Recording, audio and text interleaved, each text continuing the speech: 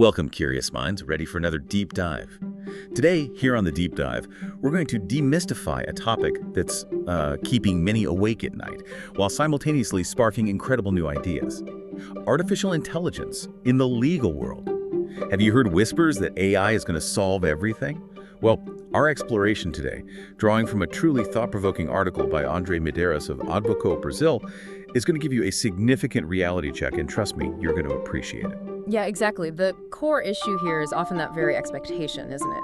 Andre Medeiros, with his extensive experience in management for law firms, offers us a remarkably clear-eyed perspective. AI is indeed a powerful tool, yeah, but the difference between accelerating success and accelerating mistakes lies entirely with the person at the helm. And that steering wheel, dear listener, is still firmly in your hands. Let's delve into why that's the case. Okay, let's unpack this.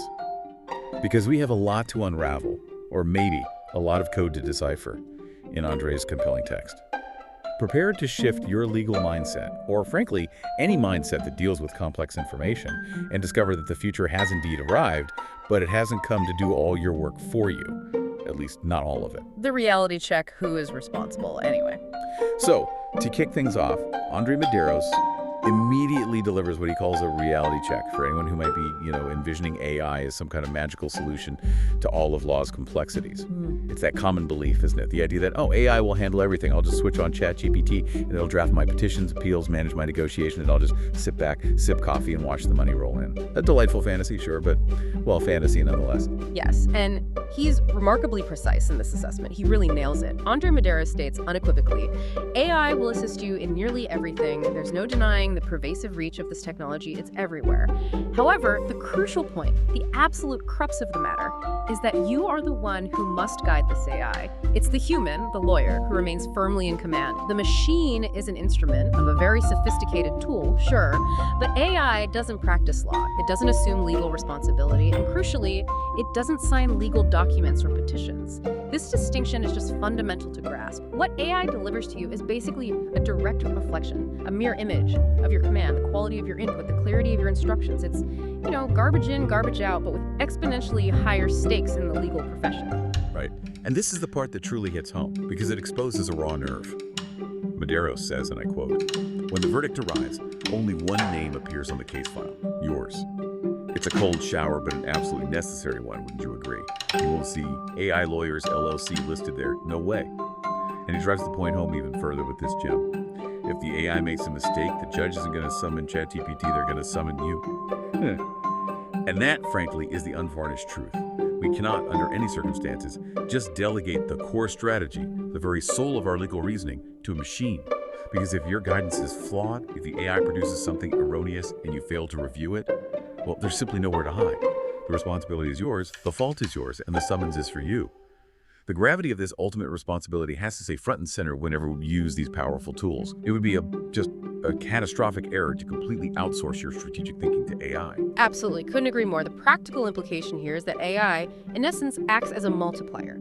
Think of it like a powerful amplifier. It amplifies whatever you're already doing. So if you possess sound reasoning and a well-defined strategy, AI will dramatically amplify your capacity for execution, research, organization, thereby accelerating your successes and positive outcomes. Great. However, if your strategy is flawed, if your instructions are imprecise, or if your underlying thought process is, muddled, AI will just as effectively amplify the ensuing disaster. It will accelerate your mistakes. An error made by AI, in the final analysis, is almost always an error attributable to the lawyer who either misused it, provided inadequate direction, or most commonly, simply neglected to critically review the output it generated. And this isn't just about hallucinations, which AI can certainly produce, inventing precedents or misinterpreting facts. It's about the human failure to critically engage with the tool. It's the difference between using a powerful excavator to dig a foundation and just letting it dig randomly without proper guidance, potentially collapsing the entire structure. The human architect must still guide the machine. Always. That brings me to a point Andre Medeiros emphasizes. That, to me, is maybe the most insidious danger of all, the risk of cognitive outsourcing. So you're telling me the real villain isn't the machine itself, but our own mental laziness. That's quite ironic, isn't it? We're given this incredibly powerful tool, and And its greatest risk is that we just stop thinking, stop engaging our own critical faculties. It's the seductive allure of instant answers. AI presents you with a text, an argument, a seemingly compelling thesis, and we, driven by convenience, time pressure, or just pure mental inertia, we end up accepting it automatically without rigorous critical scrutiny. And in the legal profession, that is simply fatal. There's no way to thrive or even survive if you operate that way. Exactly. Advocacy, at its very core, demands deep analysis, interpretation of complex context, and a strategic vision. A vision that can anticipate moves, understand nuances of a specific case, delve into intricate jurisprudence, and even assess human behavior. These are inherently human qualities, and they are, frankly, irreplaceable. AI can furnish you with information, organize vast data sets, even suggest potential pathways, sure, but the unique ability to connect disparate points in a creative manner, to construct persuasive arguments based on a critical and nuanced understanding of a situation that belongs solely to the lawyer. If you treat AI merely as a crutch for answers, a shortcut to bypass critical thought, it will ultimately hinder your professional growth and effectiveness. The ideal approach, as Andrea Medeiros brilliantly articulates, is to transform AI into a tool for provocation. It should actively compel you to think deeper, to challenge your own assumptions, and to explore angles you might never have considered independently. It serves as a sophisticated sparring partner, pushing your intellectual boundaries. Okay, give me a practical example. How might a lawyer actually fall into this trap of cognitive outsourcing beyond just the general idea? Walk me through it. Okay, sure. Consider this hypothetical scenario. A seasoned lawyer needs to draft a complex legal brief, maybe a petition for a unique and novel environmental law case. They are swamped, facing tight deadlines, and decide to use an AI to generate the initial draft. Makes sense, right? Save some time. So they input the basic facts, outline the desired legal outcome, and provide a brief description of the complex environmental regulations involved. The AI, being incredibly efficient, rapidly produces a comprehensive text. On a first read, it looks great, grammatically impeccable, logically coherent, even seems well-researched with lots of citations. Okay, it sounds pretty good so far. Where's the trap? The inherent danger here is if the lawyer doesn't exercise meticulous critical review. If they fail to rigorously test every single argument, to verify if the legal theories presented are truly the most appropriate for this specific nuanced case for that particular jurisdiction, or if the cited jurisprudence is actually the most recent, binding, and factually applicable, they risk submitting a generic, potentially flawed document. The AI, drawing from vast but generalized data, might present arguments that are theoretically valid but completely miss the subtle critical nuances of this novel environmental dispute. Or worse, the AI could engage in hallucination, inventing a non-existent precedent, or applying an interpretation of regulations that isn't universally accepted or even accurate in a specific context. Okay. So the AI might sound convincing, but it could be subtly wrong or just generic.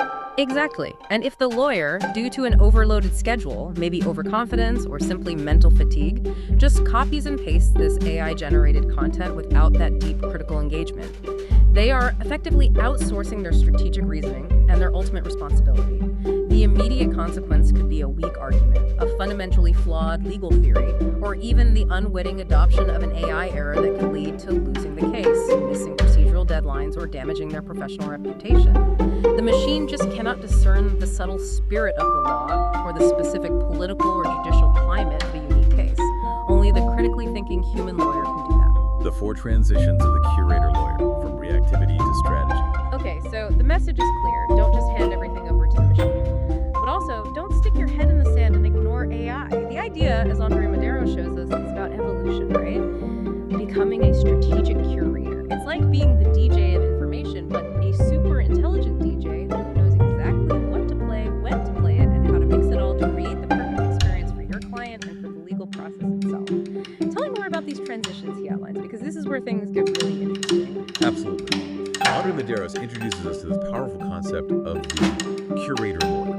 Think of an art curator, right? They don't create the artwork themselves, but they meticulously select it, they contextualize it, and arrange it in a way that extracts the maximum value and meaning. The curator lawyer does precisely this with legal information and knowledge. They filter, select, provoke deeper reasoning, and personalize the insights that AI offers. This isn't about being a passive executor anymore. It's about becoming an active strategist. The 4 transitions Medeiros details are really fundamental shifts in both the mindset and the practical approach that lawyers must embrace. It's about avoiding being merely consumed by automation and instead learning to truly lead it. Each transition represents a profound evolution of the legal professional. Okay, transition number 1. From petition drafter to algorithmic triage master. That sounds intense. Andre Medeiros talks about systems like Victor and Athos in the higher courts in Brazil, which apparently filter appeals before any human even gets to read them. He states that if your legal brief doesn't speak to these algorithms, it might not even reach the judge. Wait, hang on. Are you telling me my petition needs to be formatted or structured in a specific way to be read by a robot before it gets to a human judge? It's like search engine optimization, but for legal documents. Legal SEO, basically. That's a total game changer. It absolutely is. And the beauty and complexity here lie in what we call algorithmic biases. It's fascinating, really. These sophisticated systems are trained on millions, literally millions, of historical judicial decisions. And through that training, they learn intricate patterns. They discern which keywords, which argumentative structures, which specific legal references are most frequently associated with appeals that were successfully admitted, processed, and ultimately decided upon.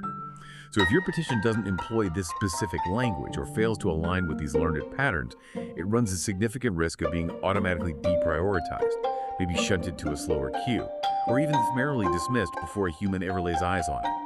It's not that the algorithm adjudicates the merits of your case, not at all, but it critically determines whether your document even merits the precious attention of a human reviewer. It's like an invisible gatekeeper, and understanding its preferences is now paramount. Wow. And he provides a provocative prompt here that truly illustrates this new skill set. This is wild. Listen to this. Analyze 1,000 recent Supreme Court, STF, and Superior Court of Justice, SJ, rulings on topic X, focusing on admitted, extraordinary, and special appeals. Okay, standard enough. Identify semantic patterns, keywords, and structures prioritized by the Victor and Athos systems, including subtle algorithmic biases. Whoa. Rewrite the first 3 paragraphs of my appeal to maximize admissibility, preserving legal depth, add an opening sentence that combines human rhetorical impact with algorithmic appeal, and suggest a disruptive argument inspired by an unexpected area of law. Holy cow, that's not just asking AI to write, it's asking it to understand how the system thinks and adapt your text accordingly. That's next level. Precisely, you nailed it. This prompt reveals an entirely new and absolutely essential skill for the lawyer of the future. It's a paradigm shift. It's no longer sufficient to merely be an expert in the law, in jurisprudence, or in traditional rhetoric. Important, yes, but not enough. Now, you must also possess the capability to deeply understand and effectively interact with algorithms. It represents a critical fusion between human rhetoric, your ability to persuade a judge, and algorithmic optimization, your capacity to successfully navigate the machine's filtering mechanisms.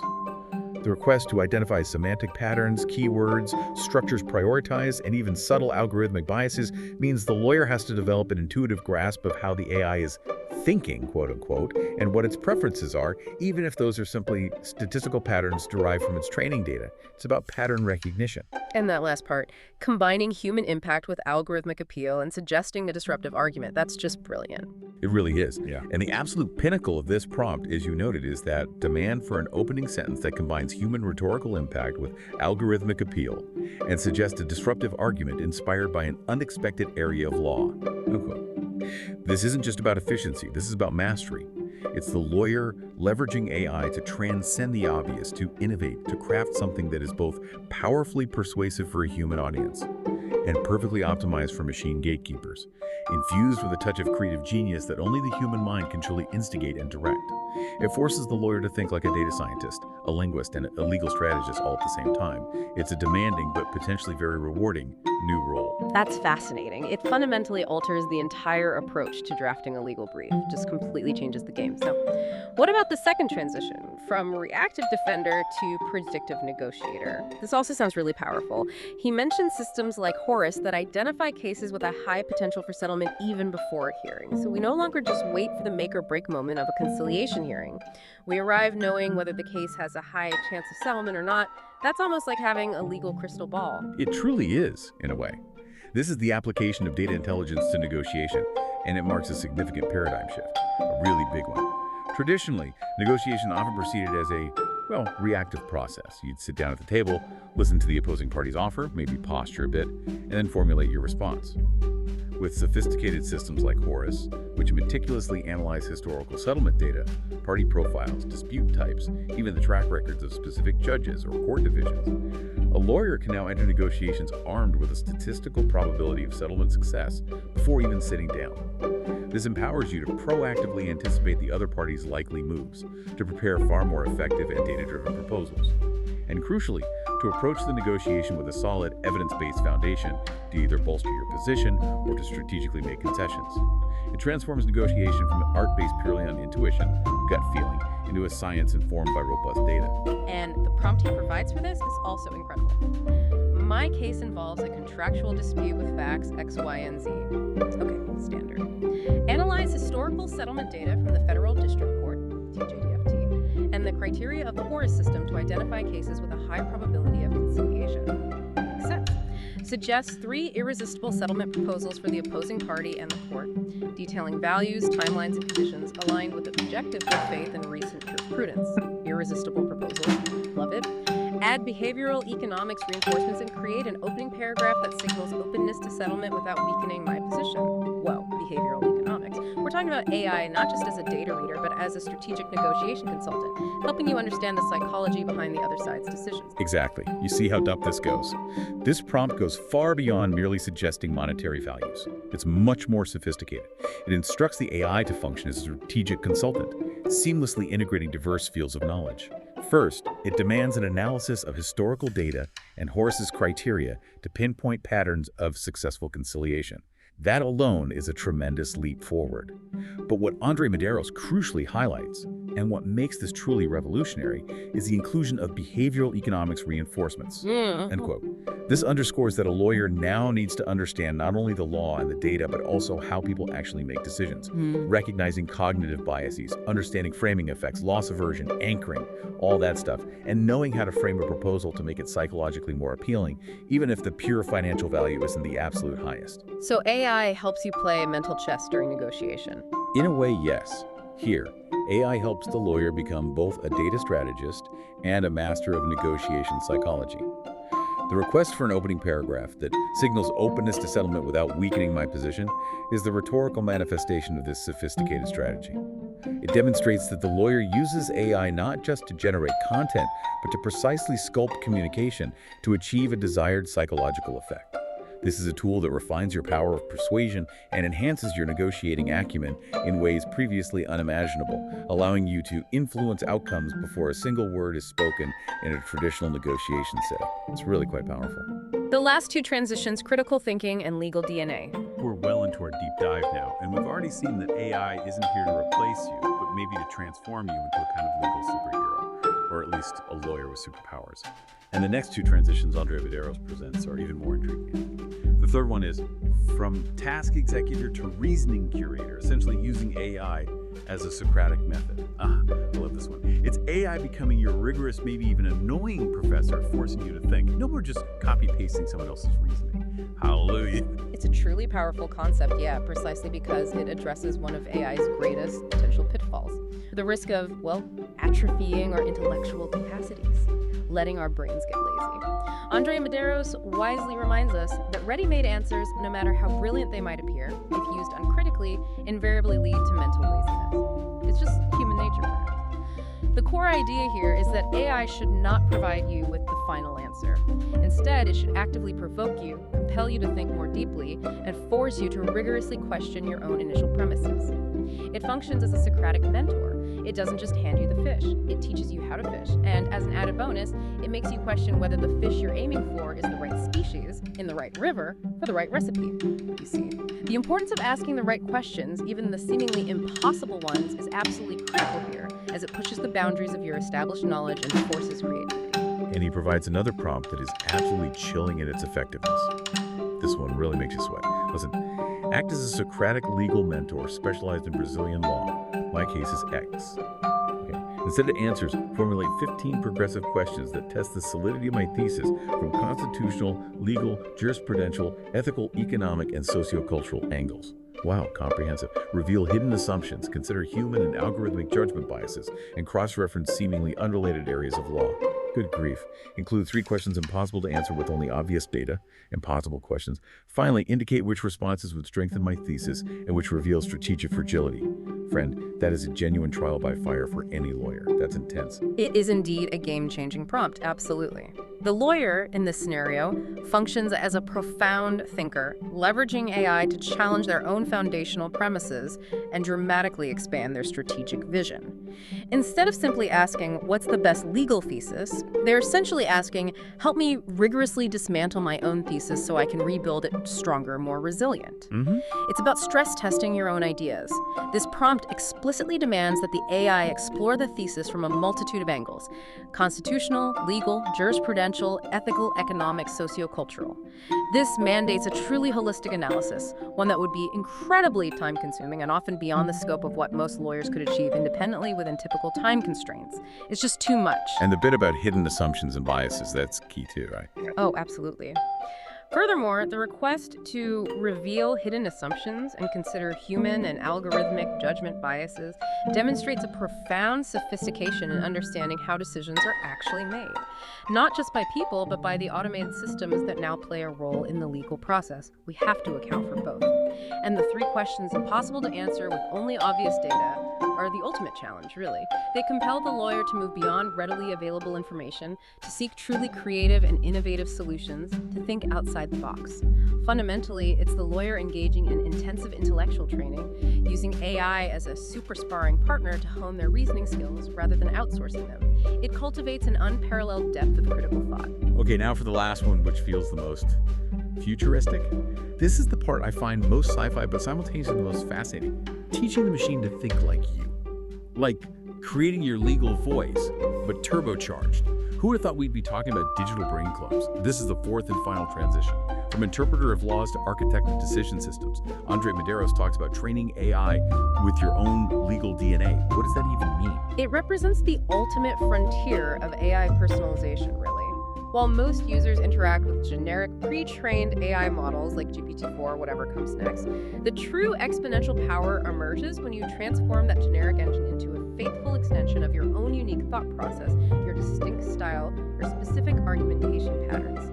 This is the lawyer essentially becoming an architect of their own bespoke intelligence system. It's custom-built AI. It means taking your entire professional history, every successful brief you've filed, every compelling argument you've crafted, your specific writing style, your preferred legal theories, even the nuances of your particular courtroom approach, and critically, the cases you've lost and the underlying reasons, and using this vast personal data set to fine-tune a highly specialized AI model. This personalized AI learns your tone, your strategic priorities, your argumentative emphasis, and can then predictively reproduce and even optimize these elements, potentially enhancing your success rate in specific courts or against particular types of adversaries. It learns you. That's mind-blowing, and the prompt here is living proof of this possibility. Based on the history of my petitions, favorable decisions, and lines of argumentation, create a model that reproduces my legal style and test it in 50 simulated cases. Okay, simulation testing. Adjust the model to optimize chances of success in the São Paulo Court of Justice, TJSP, and the Superior Court of Justice, STJ. So, court-specific optimization. Report strengths, biases, and opportunities for evolution in my own argumentative pattern. This is truly remarkable. The AI not only replicates your style, but helps you improve it to become an even more effective lawyer, just like a digital mirror and coach combined. It's AI functioning as a continuous feedback loop for your professional development, exactly like a mirror and coach. The lawyer isn't just a user of AI anymore, they actively mold it, and in doing so, they engage in profound self-analysis. By asking the AI to report strengths, biases, and opportunities for evolution in my own argumentative pattern, the lawyer is leveraging the machine to identify their own cognitive blind spots, their rhetorical habits, maybe repetitive phrases, or even subtle weaknesses in their thinking that might otherwise go completely unnoticed, things you're too close to see yourself. Perhaps you consistently employ a certain type of argument that proves highly effective in the TJSP but is less persuasive in the STJ, or vice versa. You might not even realize it.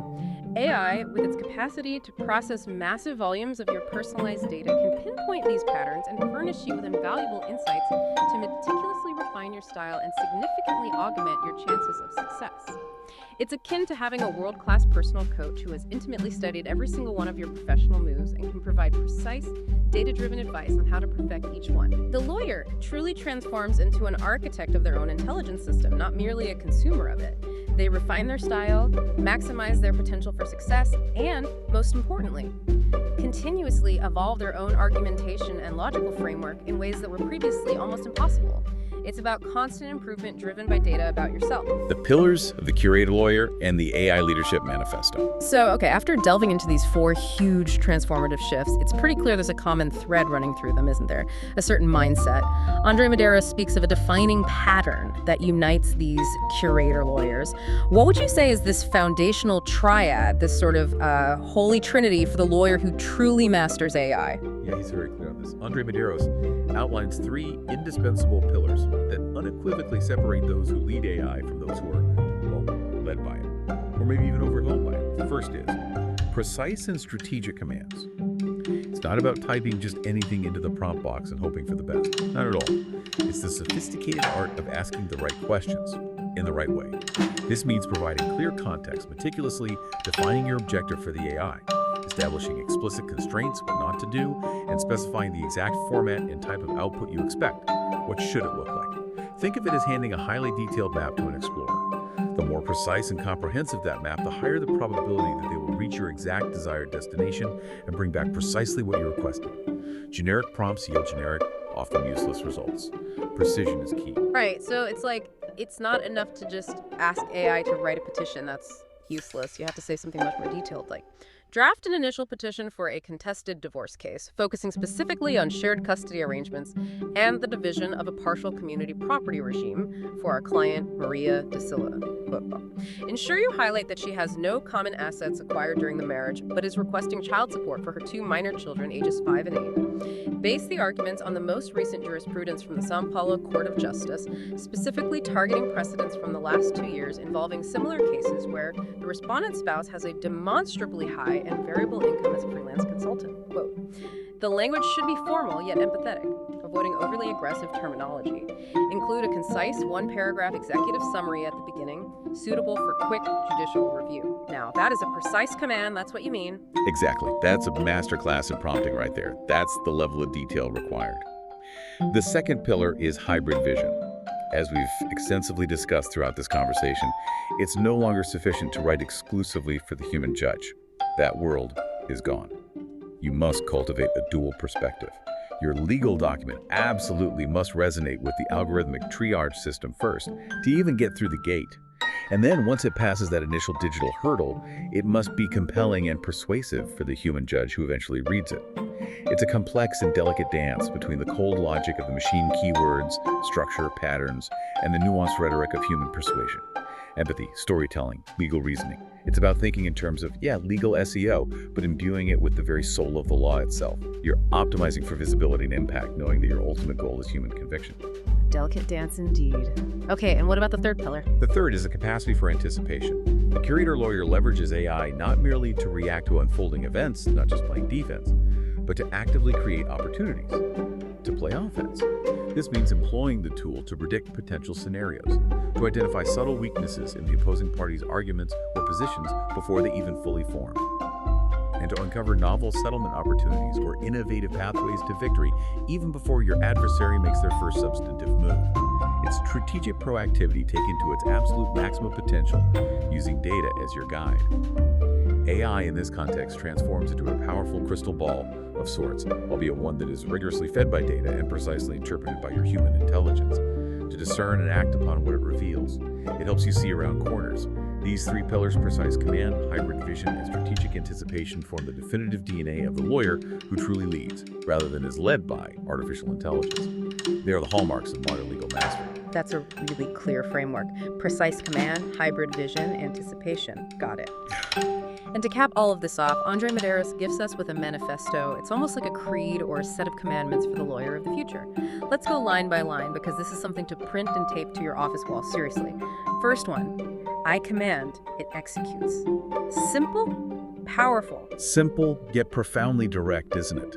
This statement powerfully reinforces the fundamental idea that AI is a passive tool, waiting patiently for your specific direction. It does nothing on its own. The leadership, the initiative, the ultimate decision-making authority is unequivocally yours. You are the conductor, and AI is your immensely powerful orchestra. Without the conductor's precise direction, the orchestra remains silent, or worse, produces just noise, dissonance. It's a constant reminder of your irreplaceable role as the leader. Okay, next. Every answer is a draft. I absolutely love that one. That should be tattooed on every lawyer's forehead, maybe. Maybe. It speaks to the essential humility and wisdom required when engaging with this technology. It's crucial. AI provides a starting point, a foundation, maybe even a decent structure, but never the finished product. Never.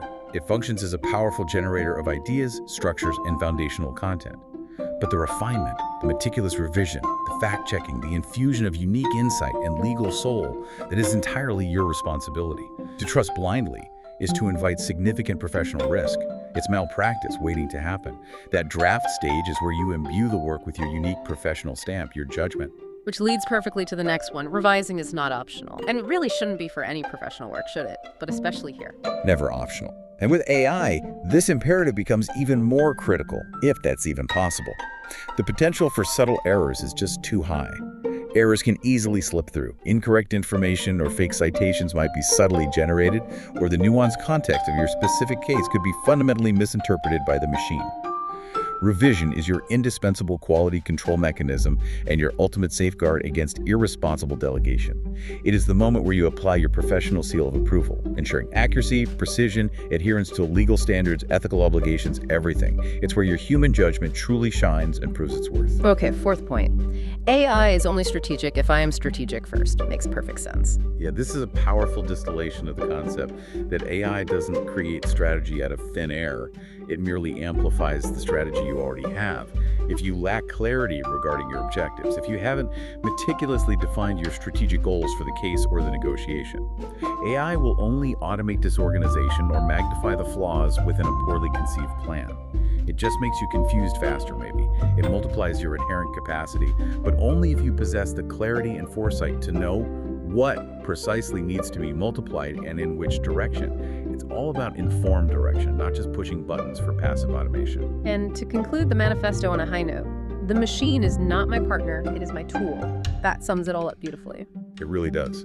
This statement encapsulates the very essence of everything we've discussed today. It's the bottom line. The machine does not share the inherent risks of legal practice.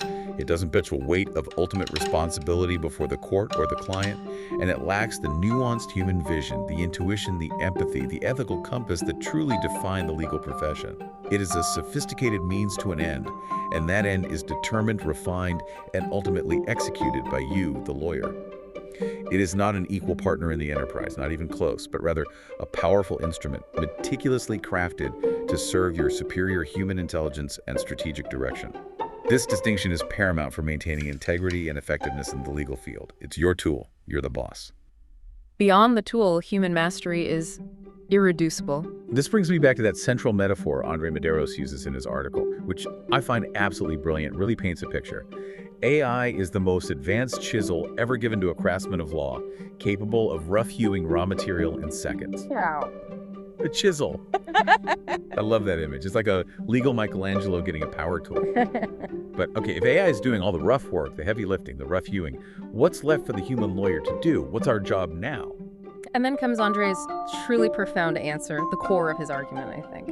But the vision, the final touch, the soul of the thesis that cannot be delegated, that's the human part.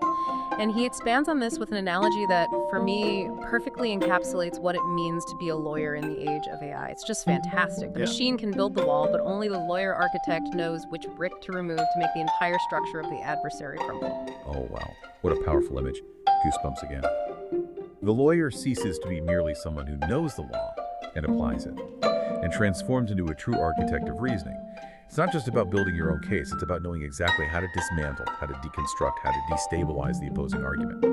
It's about possessing the profound vision to pinpoint that single critical vulnerability, that one loose brick. It elevates the practice of law from just a technical application of rules to a strategic art form. It's about strategy, not just execution. Precisely. You've captured it perfectly. The profound implication is that the very core of legal practice is undergoing a fundamental transformation. It really is changing. It is no longer merely an occupation of compiling information or replicating precedents like we used to do for hours. It is, at its essence, an occupation of architecture. The lawyer is not simply the laborer who executes tasks anymore, but the master engineer who designs runs the whole project, the visionary architect who conceptualizes the entire structure, meticulously identifying leverage points, unforeseen vulnerabilities, and strategic opportunities that the machine might miss. AI provides the raw materials and dramatically accelerates the initial processing, sure, but the unparalleled intelligence required to know how to wield these materials effectively, where to precisely focus effort for maximum impact, and where to apply the exact pressure needed to dismantle an opposing argument. This is exclusively human, purely strategic. This demands a level of mastery that transcends mere technical proficiency with the tool. It's about the thinking behind the tool. This is the part that really resonates, because it validates that the human factor, our unique abilities, will never go out of style. Your career will not be defined by the power of your tool, but by the mastery of your hand. That's such a stark wake-up call, isn't it? Especially for anyone who believes it's just about having the latest AI subscription and pushing a button and being done. It's not about the tool, it's about the user. Andre Medeiros, as a partner at Advoco Brasil, clearly holds this vision deeply, doesn't he? You mentioned their work earlier. Advoco Brasil has been helping the legal market evolve since 2012, and their work seems to extend far beyond just talking about technology. It's absolutely crucial to emphasize this context. Advoco Brasil, under Andre Medeiros' astute leadership, does not focus solely on tools or AI in isolation. That would be missing the point. Their fundamental understanding, based on years of working with firms, is that the transformation within the legal market is systemic and holistic. It affects everything. The company is dedicated to assisting law firms in evolving their fundamental pillars: management, people, and business strategy. These are the core elements. These are the things that ensure a law firm not only survives, but truly flourishes in a perpetually shifting landscape like the one we're in now. This encompasses everything from aligning partners on a shared vision, which can be incredibly difficult, meticulously defining profitable niche markets, setting ambitious but realistic growth targets, to establishing highly efficient operational routines, implementing robust financial management, knowing your numbers, and building deeply engaged, high-performing teams where people actually want to work. Yeah, I saw some points from him about that. He talks about how planning in PowerPoint is easy. Getting busy people to row in the same direction is another story, that rings true. And about having vision without the fluff. They seem focused on helping firms cut through the consulting jargon, translating a future vision into clear, actionable choices. Where should we operate? How much should we aim to grow? And maybe just as importantly, what should we strategically stop doing? What should we shed along the way? In other words, AI fits into this larger ecosystem as a powerful tool, yes, absolutely, but one that absolutely must be integrated within a broader strategy. A strategy led by human beings driven by purpose and a clear vision for the firm. Precisely. You've summarized their philosophy perfectly. AI is undoubtedly a vital pillar, a key enabler, but it is never the sole pillar. It can't stand alone. Advoco Brasil's mission at its heart is to help law firms architect their reasoning in a much more expansive sense than just using AI prompts.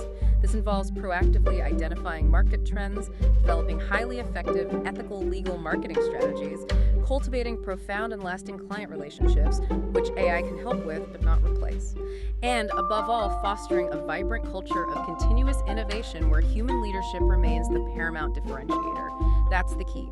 They offer practical tools and methods for things like automating commission calculations, implementing data-driven fee pricing strategies, and building teams that truly understand who does what and why they do it.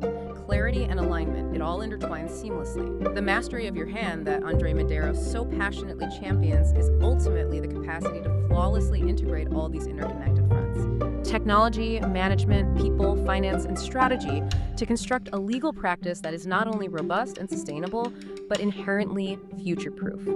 AI doesn't replace the lawyer who becomes an architect of their own business and their own sophisticated reasoning. Instead, it exponentially empowers that architect. It gives them better tools to build with.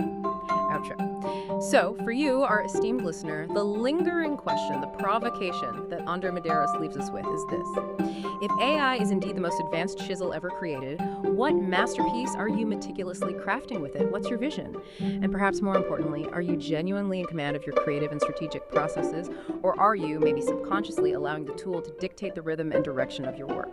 Are you the master, or is it mastering you? Exactly. That's the big question, isn't it? The ultimate takeaway. Andre Medeiros challenges us to seize the steering wheel, to embody the architect, not merely the blind laborer following instructions, whether from a partner or a machine. Reflect deeply.